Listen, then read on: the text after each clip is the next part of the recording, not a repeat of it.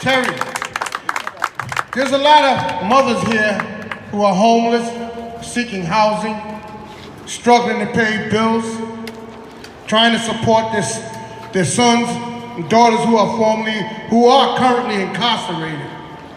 And that's a massive struggle for the sisters in this community. You ready, Terry? Yeah, Terry!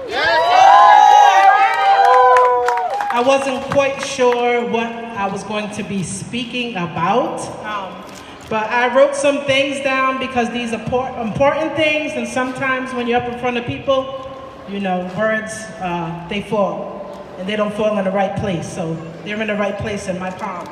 Access to full and effective reparation and assistance to survivors is a must. Firearms are a significant source of physical and financial damage in our communities.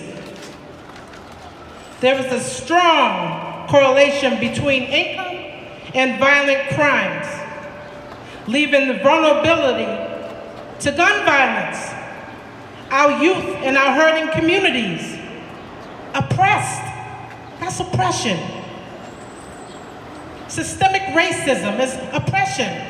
But we're blessed to still be standing here, to be able to use our voices, to be the voice for those who don't have voices, to be the voice for those who have gone too soon.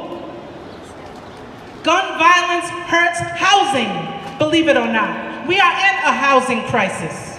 There is no available housing out there. We have families sleeping in cars, folks taking over lots just to have a safe place to sleep at night. How about those who will be coming home soon? Where will they go? Where is their housing? If you have a record, where is their housing? I say that again. We are in a housing crisis, which is an environmental hazard on top of COVID-19 and the current housing crisis. Structural racism, poverty, housing inequality, unemployment, educational inequality. Why don't kids want to be in school? Because they don't want to teach our history. That's why. Nobody wants to stand there and learn the white man's history because that's not ours. So stop trying to erase us.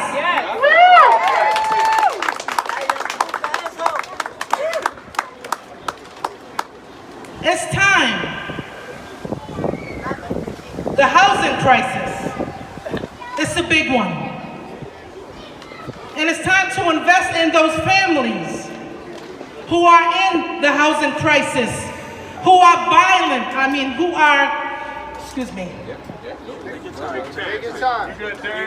victims of this gun violence. Because at the end of the day, mortgages need to be paid. We don't have a moratorium that's going to save Rhode Islanders from eviction. It's on the eve of expiring June 30th. What's going to happen? So here you have... Take your time. The direct hit of gun violence. And families distraught by it. Some can't pay their bills, can't pay their rent, can't eat, can't sleep. It's time for reparations for the community. It's time to step in when you know you can and put that money where it belongs. We stand for strong communities. This is why we're all here together.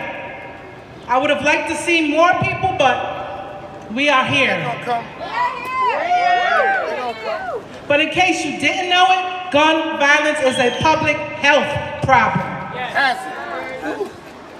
Gun violence is a human rights crisis, as is the housing crisis. You see how they connect? But they don't connect. They don't hear us.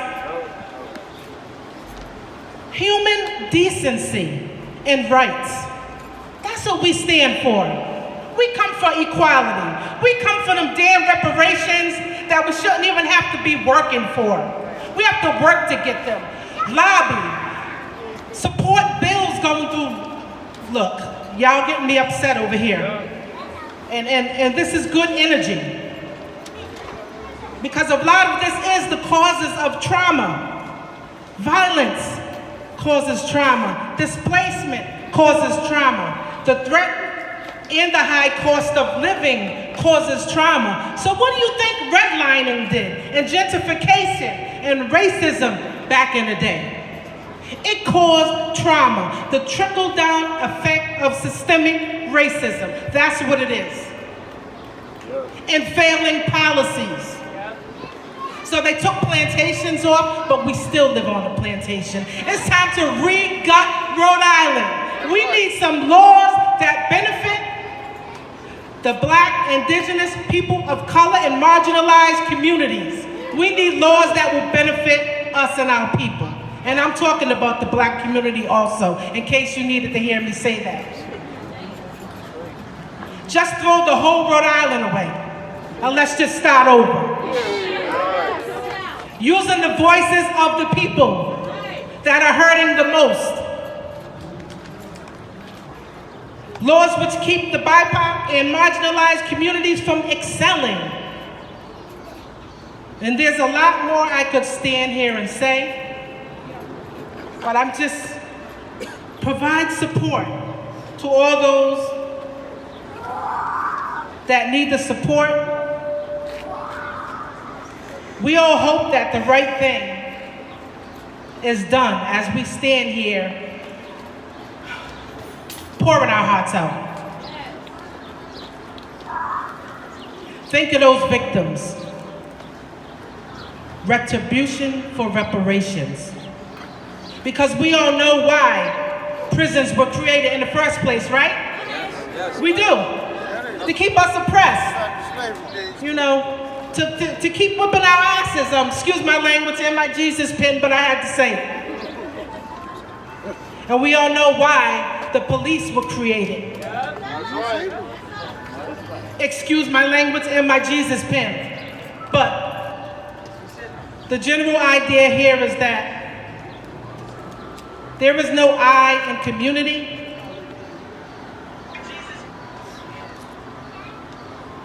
And I don't mean the spelling, I mean one person. It takes a whole community. It takes the village. And I just want to say thank you for allowing me to speak. And God bless everyone here. God bless those parents in mourning. God bless just those trying to get their lives on the right track. God bless those gun violence victims. Thank you. You know, we also need some real life oversight. Because I also sat in a meeting listening to how our kids were getting beat up and slapped in the face by the police.